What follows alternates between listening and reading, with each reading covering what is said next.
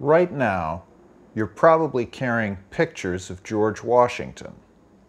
One of these, or some quarters.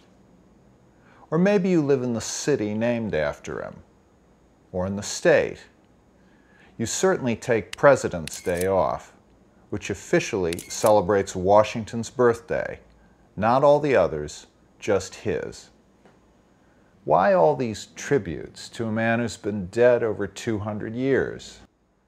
There are three reasons: his service as first commander-in-chief, his service as first president, and his character. In April 1775, the Continental Congress decided that America's grievances with its colonial master, Great Britain, had to be settled on the battlefield. The 13 colonies needed a Continental Army and a commander-in-chief. George Washington was a delegate to the Continental Congress from Virginia. He was 43 years old. 20 years earlier, he had fought in the French and Indian War, becoming a colonel in the Virginia militia. This was his uniform then. In 1775, he wore it to the Continental Congress to show he was ready to fight again. His colleagues picked him for the job. The Revolutionary War would be America's longest war until Vietnam, 8.5 years, longer than the Civil War and World War II put together. Here are the battles Washington fought. Long Island and White Plains in the summer and fall of 1776, defeats. Trenton at the end of 1776, and Princeton at the beginning of 1777, victories. Brandywine and Germantown in the fall of 1777, 2 more defeats. Monmouth in the summer of 1778, a draw. Yorktown in the fall of 1781, victory. That makes 4 defeats, 1 draw, and 3 victories. That's not the record of Alexander the Great or Julius Caesar or Napoleon for most of his career, commanders who seemed to win whenever they fought. But war is not the World Series. It is not best of 7. You can lose most of your battles, but if you win enough of them, and if you keep going, and if your enemy loses heart, you win your war, which is what Washington did. As important as the battles he fought was the effect he had on his men. Washington stood out. He was 6'3", and he looked good on horseback, which is how most people saw him. He put his presence to work time and again. One description of him comes from John Howland, a veteran of the Revolution, remembering a firefight he had been in as a teenager.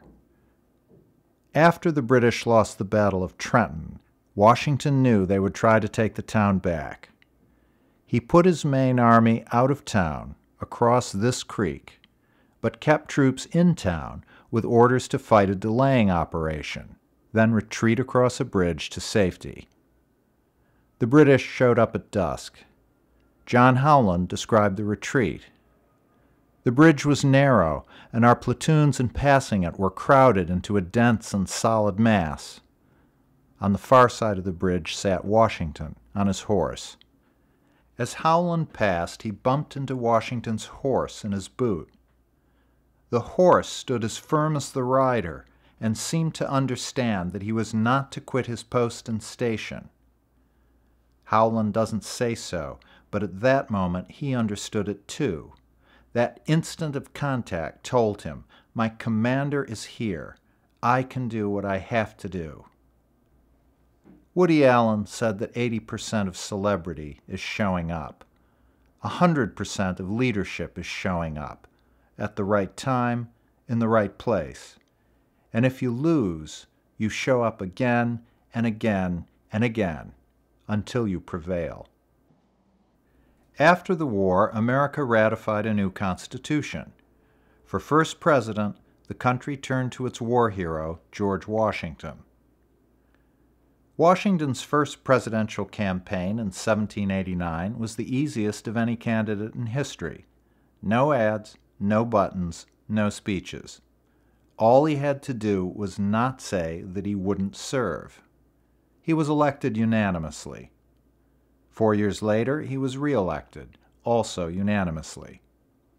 His first inauguration was in New York City, then the nation's capital, in April 1789. Washington had no examples to guide him. Almost every other country in the world was ruled by a monarch. The only republics in history were tiny or long gone. None of them had presidents. Everything Washington did would be brand new. His responsibilities were outlined in the Constitution, but even that was vague sometimes. Article 2, Section 2 said the President can make treaties by and with the advice and consent of the Senate. The consent of the Senate was spelled out. Every treaty needed a 2/3 vote to pass. But how did a president get the Senate's advice?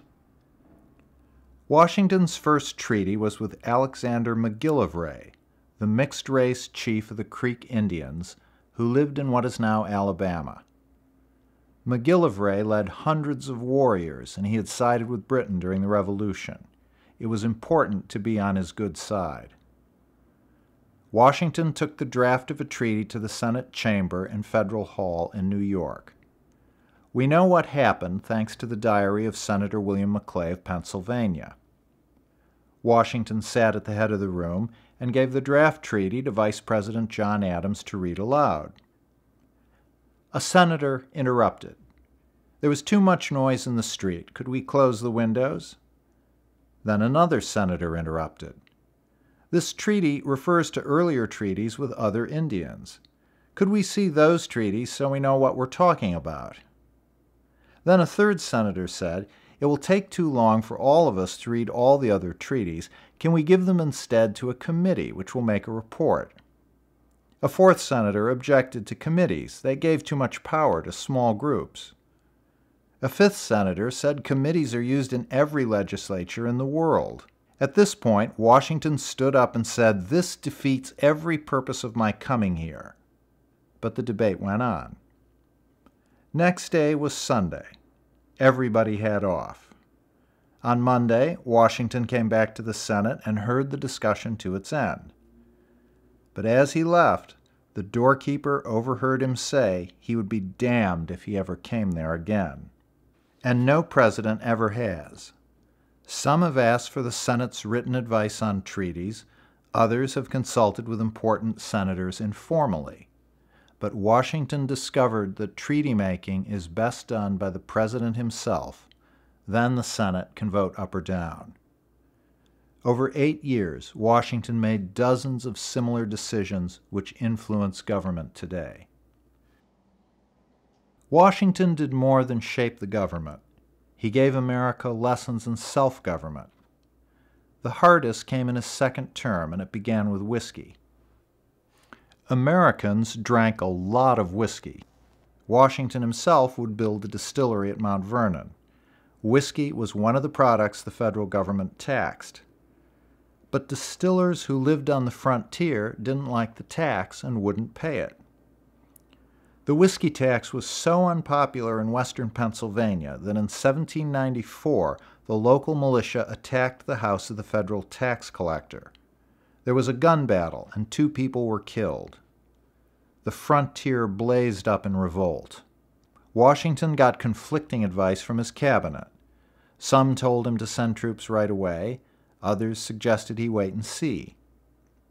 Washington sent 15,000 troops over the Allegheny Mountains, but only after giving the rebels several months to cool off. In the end, there was no fighting. 2 rebels were convicted of treason. Washington pardoned them both. But Washington did more than send in the troops. He explained the principle of self-government. The whiskey rebels said they were like the American Revolution, defying an unjust tax. Washington disagreed.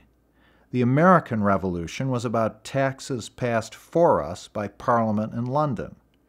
The whiskey rebels defied taxes passed by us in Congress.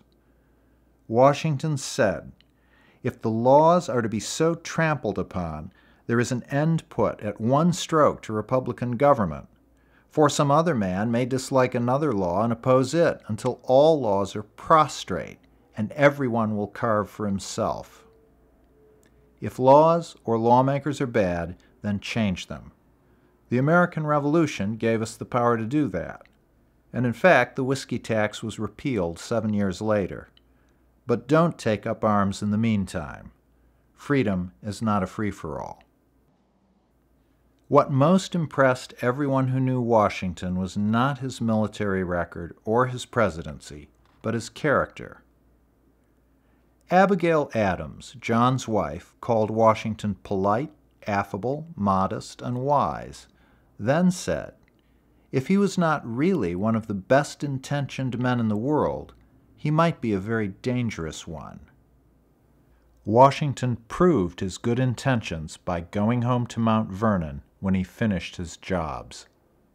In December 1783, after the Revolutionary War ended, he surrendered his military commission to Congress. In September 1796, in the home stretch of his second presidential term, he announced that he would not run for a third. Since there were no term limits for the presidency then, he could have kept running for the rest of his life. But once again, he chose to go home. Why was this special? Isn't this what every American general or politician does? That's what our laws say. But laws are paper until people actually choose to follow them. Many revolutionaries since Washington have made other choices. Napoleon and Hitler ruled until they lost world wars. Lenin, Stalin, and Mao died in power in bed. Fidel Castro ruled Cuba for 47 years, then gave power to his brother Raul. The Kim family has been ruling North Korea for 63 years. Well, it's twinkle, twinkle, little star. Well, along come Brady in his electric car. Well, he got a mean look right in his eye. Gonna shoot somebody just to see him die. Well, he been on the job too long. Washington was different. He left the ultimate power to others. He explained what he was doing the first time he retired in 1783. In June, he sent a farewell message to the governors of all 13 states. It is called the Circular to the States. In it, he described the natural wealth of the United States, a vast tract of continent abounding with all the necessaries and conveniencies of life. He talked about our social and cultural advantages, living at a time when the rights of mankind were better understood and more clearly defined than at any former period.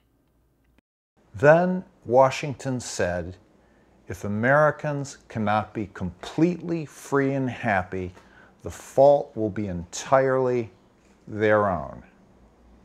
In other words, I've done all I could do. I've done everything I was asked. The rest is up to you. It's up to us, every day, every year.